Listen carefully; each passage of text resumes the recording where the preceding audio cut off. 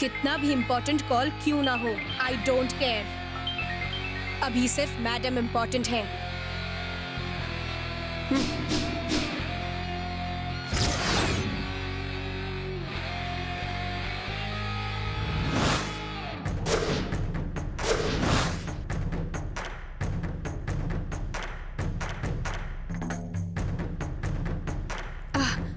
Sorry ma'am.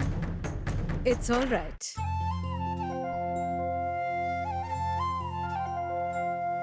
Thank you.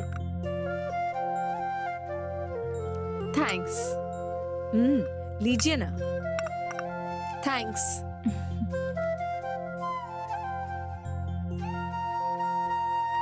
Ma'am, आप हमारे घर पर कब आएंगे मैम?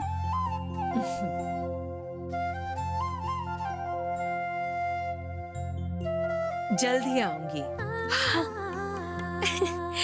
Thank you ma'am.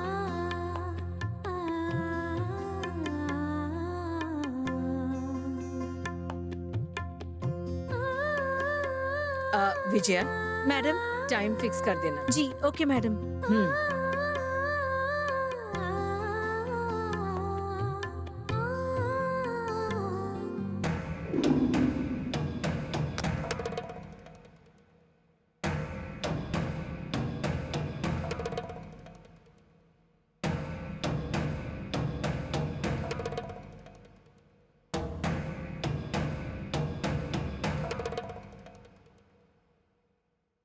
बुआ, क्या हुआ बुआ?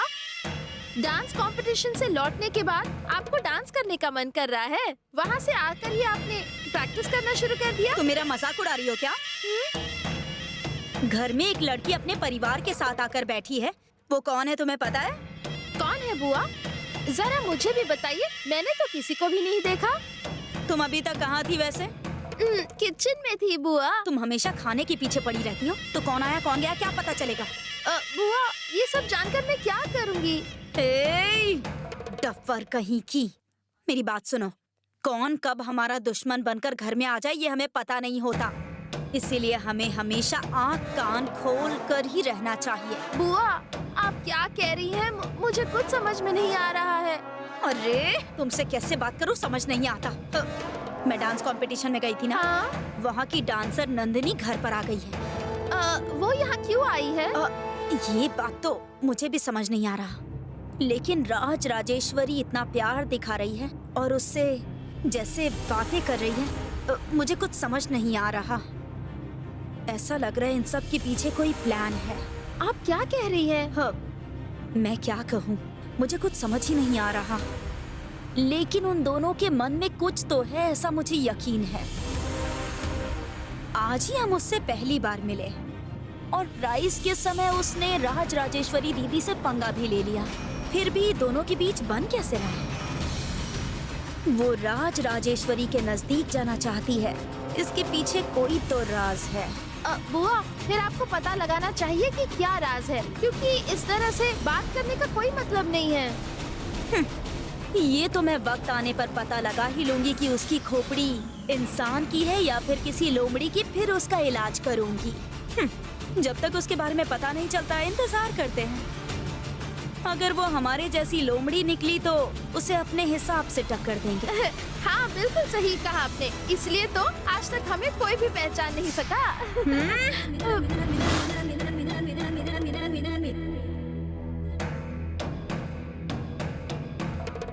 वो नंदिनी राज राजेश्वरी को अपने घर पर बुला रही है, मैं भी उनके साथ ही जाऊंगी। और पता करूंगी कि आखिर राज क्या है, चाहती क्या है ये नंदिनी। चाहे जो भी हो जाए, मैं उस नंदिनी को राज राजेश्वरी के नजदीक कभी जाने नहीं दूंगी।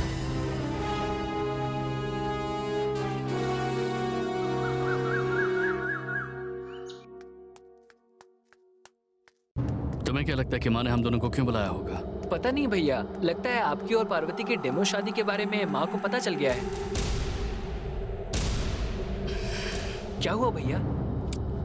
माँ को फेस करने से डर लग रहा है यार। आप डरेंगे तो कैसे चलेगा? आइए चलते हैं।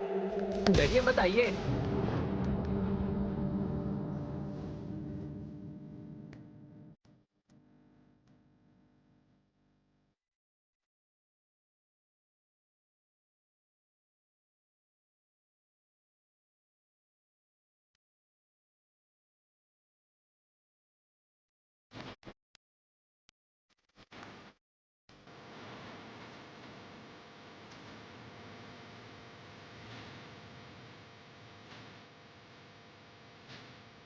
ठीक है, बात होते ही बुलाती हूँ। ओके।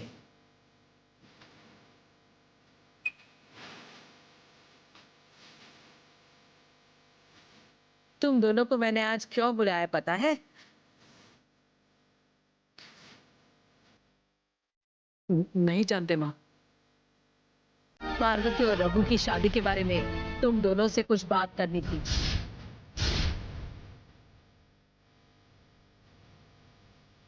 शादी के लिए सिर्फ 2 दिन बचे हैं। तैयारियां कैसी चल रही हैं? सब कुछ सही चल रहा है माँ। आप जैसा चाहती हैं शादी बिल्कुल वैसी ही हो जाएगी।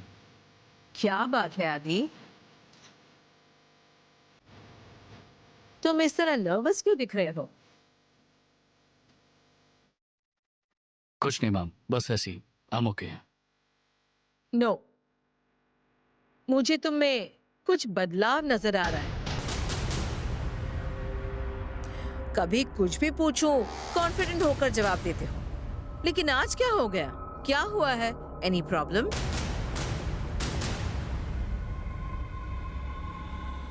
ऐसा कुछ भी नहीं है मैम, सर में थोड़ा दर्द है, बस इतना ही। सर दर्द है? उसके लिए कोई दवाई ली या फिर तेल लगाकर मसाज कर दूं? नहीं, जरूरत नहीं है माँ, मैंने टैबलेट ले लिया है, ठीक हो जाएगा। ओके। पार्वती और रघु की शादी का वो जो डेमो वीडियो शूट किया था वो कहाँ है?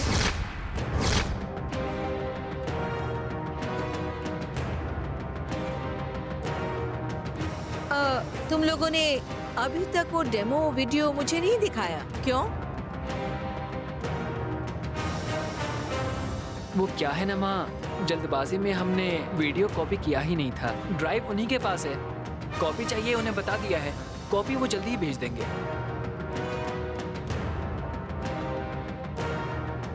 चिप हमारे पास रखकर हम हमेशा पार्टी को कॉपी देते हैं, यही प्रोसीजर है। इस बार गलती कैसे हो गई आदि? माँ, उस दिन सब कुछ इतनी जल्दबाजी में हुआ, इस वजह से गलती हो गई। सॉरी माँ, ध्यान रखूंगा। बिजनेस में अगर आदित्य नंबर 1 है तो फ्रॉड करके उसे माँ से छिपाने में अरुण नंबर 1 है। शायद प्रोग्राम में गड़बड़ हो गई, इसलिए आदि इतना सोच में लग रहा है। क्या आदि में बदलाव इसी वजह से हुआ है? इट्स ओके आदि, लीव इट। उस वीडियो को देखकर शायद हमें कोई नया आइडिया आ जाए, इसलिए मांग रही थी। आदि। हाँ माँ। अरुण की सगाई में जितने भी लोग आए थे उनको पार्वती की शादी में इनवाइट करना सबसे ज्यादा जरूरी है। ठीक है माँ। इनवाइट करो, इनवाइट करो। अरुण ऐश्वर्या की मंगनी से ज्यादा बेइज्जती तुम्हें इस खाना बनाने वाले की शादी में झेलनी पड़ेगी, और तुम कैसे सिर झुकाकर खड़ी रहोगी ये मैं देखना चाहती हूँ। कोई हम पर उंगली ना उठा पाए, इस बात का ध्यान रखना। दीदी, ये एक साधारण खाना बनाने वाली की शादी है, इसके लिए आप इतनी फिक्र क्यों कर रही हैं? छोटी मोटी गलती हो भी गई तो क्या? नो, ये राज राजेश्वरी के घर की शादी है। हाँ हाँ, जो राज राजेश्वरी खुद खड़ी होकर करवाएगी, इसलिए सब कुछ परफेक्ट होना चाहिए। ओके माँ, हम सब संभाल लेंगे। विजया मैडम, 4 o'clock को कॉन्फ्रेंस है, मुझे याद करना। मैडम।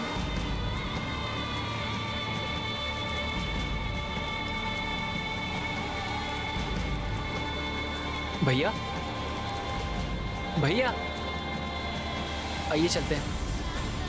चलिए ना भैया, चलिए। सबको बुलाकर बेइज्जत होने के लिए सब कुछ परफेक्ट होना चाहिए। बुलाओ बुलाओ।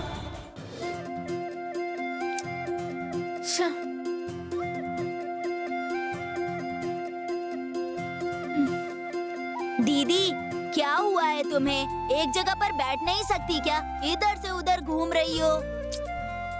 शादी होने तक किचन के अंदर नहीं जाना है और 4 दिन आराम करना है, ऐसा मेम साहब ने ऑर्डर दिया है। मेम साहब के हुक्म के खिलाफ तो नहीं जा सकती, और खाली बैठने का भी मन नहीं कर रहा। मुझे बहुत टेंशन हो रही है गणेश। क्या दीदी, मुझसे अगर कोई कहे कि पढ़ाई छोड़ दो और 2-4 दिन आराम करो तो मैं तो बहुत खुश हो जाऊंगा। लेकिन एक तुम हो कि कोई 2-4 दिन आराम करने के लिए कहे तो उल्टा टेंशन ले लेती हो। मैं बचपन से ही भाग दौड़ करके काम कर रही हूँ। अचानक से आराम के लिए कहेंगे तो कैसे चलेगा गणेश? अगर मैं काम ना करूँ तो मैं पागल हो जाऊंगी गणेश। लगता है शादी होने तक तुम घर का सारा काम और खाना बनाना ये सब कुछ करती रहोगी। और यही सब सोचकर मेम साहब ने तुम्हें छुट्टी दी है दीदी। तो अब टेंशन मत लो और रेस्ट करो। तुम कैसी बातें कर रहे हो? अगर मैं वहाँ नहीं रही तो पता है क्या होगा? सब गड़बड़ होगा। अगर मैं एक भी दिन उस किचन में ना गई, हाँ, तो उस किचन में एक भी काम ढंग से नहीं होगा। मेम साहब, बड़ी साहब और बाकी सबको किस वक्त क्या चाहिए होता है ये सिर्फ मैं जानती हूँ। अगर मैं ना रहूँ तो कुछ ढंग से नहीं होगा। हाँ, ये सोचकर मुझे इतनी चिंता हो रही है। अब समझ आया मैं कितनी जरूरी हूँ। दीदी, घर में बहुत सारे काम करने वाले हैं। तुम नहीं भी रहोगी तो भी वहाँ पर सब कुछ ठीक ठाक से होता रहेगा। तुम टेंशन मत लो ना। तुम बेकार में इतनी फिक्र कर रही हो। मेरी बात तुम नहीं समझोगे। मेम साहब, बड़े साहब वो हमारे भगवान की तरह हैं। और हम कैसे भगवान की हर चीज का ध्यान रखते हैं, वैसे ही मैं उन लोगों की हर एक चीज का अच्छी तरह से ध्यान रखती हूँ। अब तुम ही बताओ, वो इस तरह से ध्यान रखेंगे? मेरी तरह कौन खाना बना पाएगा बताओ? हाँ, अभी देख। दीदी, किसको फोन कर रही हो? चित्रा दीदी को।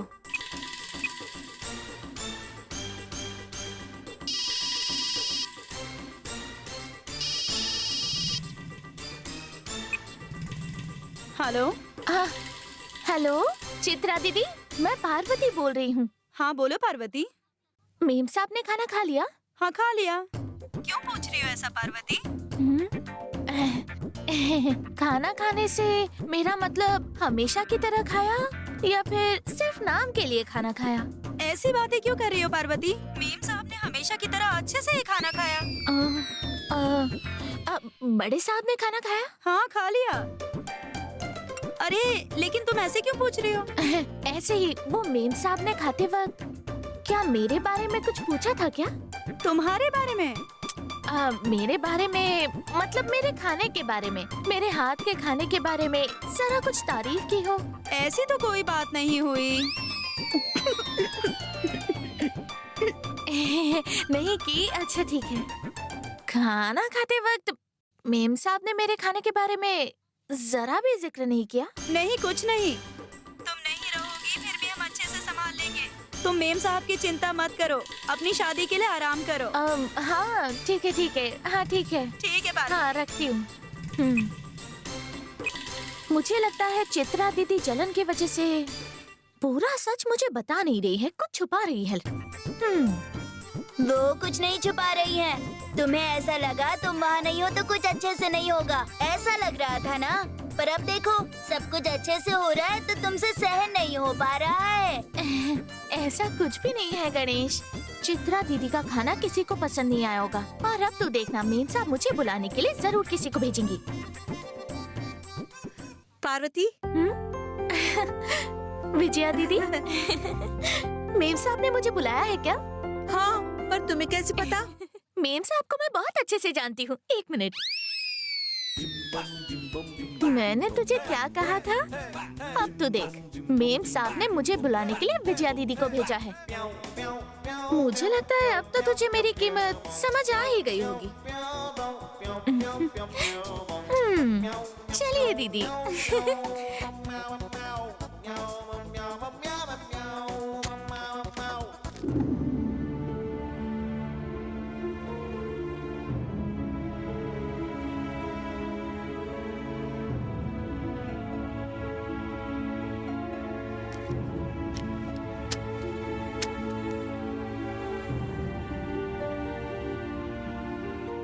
मेम साहब। आओ पार्वती।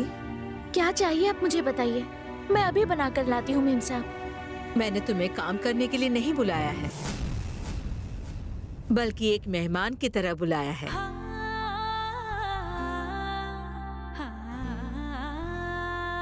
ये आप क्या कह रही हैं? आओ पार्वती।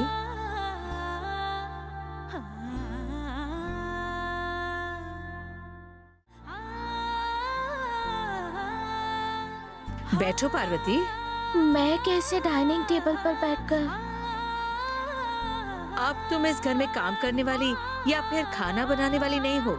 आज मेरी मेहमान हो। बैठो। मैंने कहा ना, बैठो।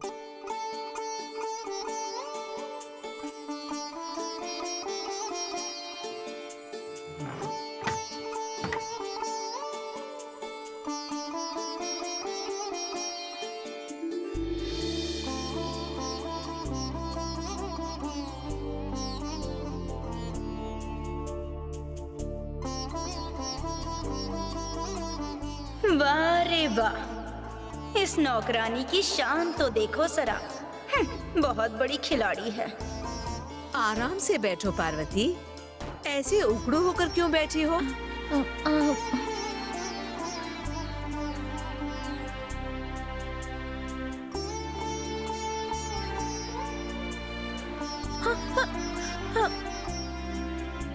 बैठ जाओ। नहीं मेम साहब, आप सामने खड़ी हैं। मैं कैसे बैठ जाऊं? मुझसे नहीं होगा। मैं नहीं कर पाऊंगी। मैंने पहले ही कह दिया ना कि आज तुम मेरी मेहमान हो। नहीं मेम साहब, वो तो एक बात सुनो, अगर तुम गांव में होती तो शादी होने से पहले तुम्हारे रिश्तेदार, बंधु सब लोग तुम्हें अपने घर पर बुलाकर अच्छे से खाना नहीं खिलाते। यहाँ तो तुम्हारा कोई भी नहीं है, तो उस वजह से कोई भी चीज रुकनी नहीं चाहिए। तुम्हारी शादी करने में कोई भी कसर नहीं छोड़ूंगी, ऐसा कहा था ना, इसीलिए तुम्हारे लिए ये सब कर रही हूँ। बैठो।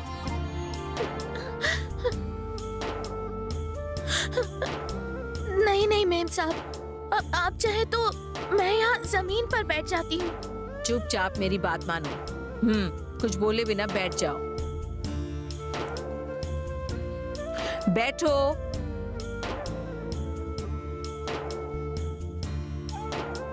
वंजा, दीदी। पार्वती के लिए पत्ता लगाओ। हाँ।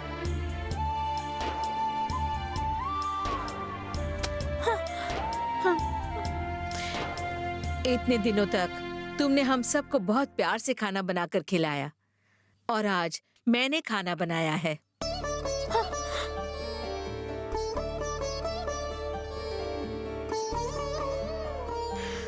तुम घड़ी क्यों हो? जाओ किचन से खाना लेकर आओ। हाँ।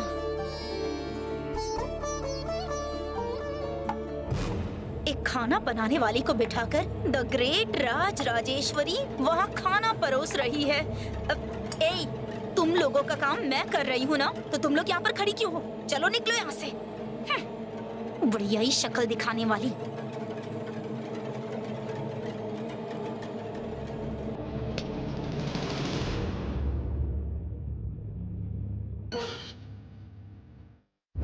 खाना बनाने वाली नौकरानी को बिठाकर मुझे नौकर बनाकर मुझसे खाना खिलवाओगी? अरे पार्वती, बहुत खुशी से बैठी है ना तू। मैं भी देखती हूँ अब कैसे खाना खा पाएगी।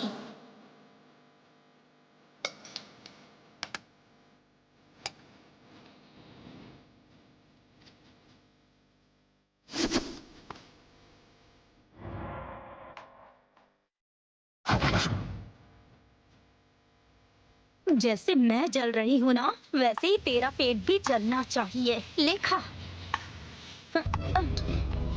तेरी जुबान कट के नीचे गिर जाए। ये खाना खाएगी ना, तब पता चलेगा कि क्या औकात है तेरी। बड़ी आई यहाँ मेहमान बन के बैठेगी।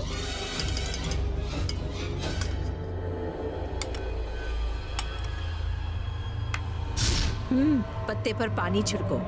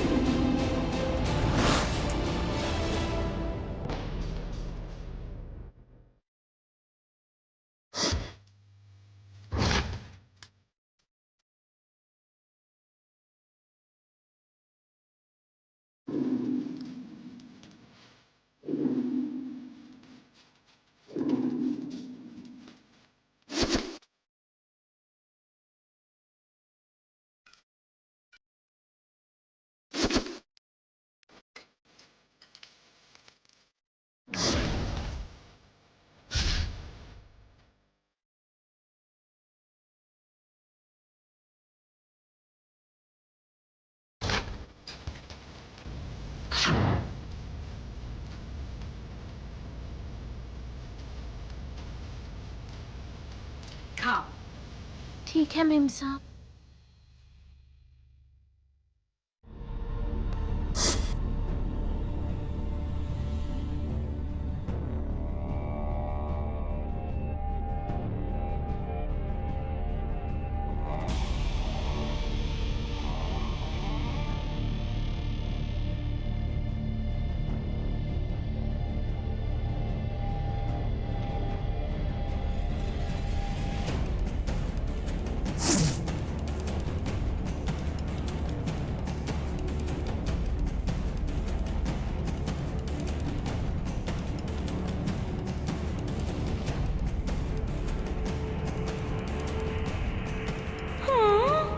सोचा था मुंह में खाना रखते ही ये जोर से चिल्लाएगी, लेकिन ये तो मजे से खा रही है। हाँ?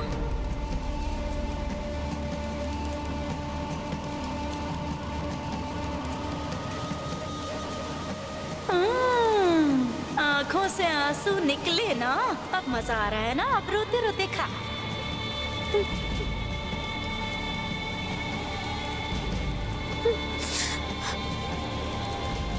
रोले रोले।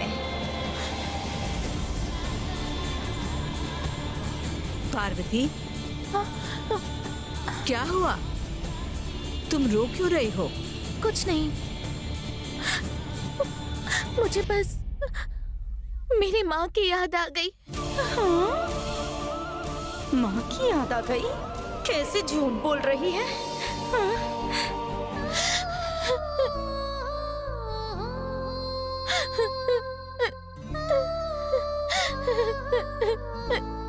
एक बात सुनो, परोसा हुआ खाना पूरा खाना होगा, कुछ भी बाकी नहीं रहना चाहिए। ठीक है मेम साहब।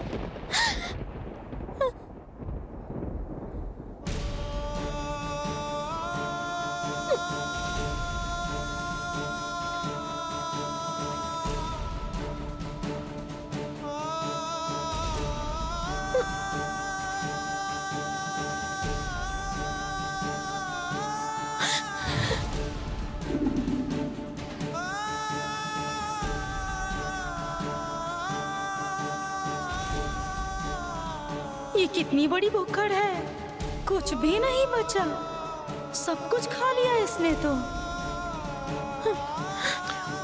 और थोड़ा खाओ। नहीं, हो गया मेम थोड़ा साहब, सा। पेट भर गया। और पायसम? नहीं खा सकती मेम साहब, हो गया।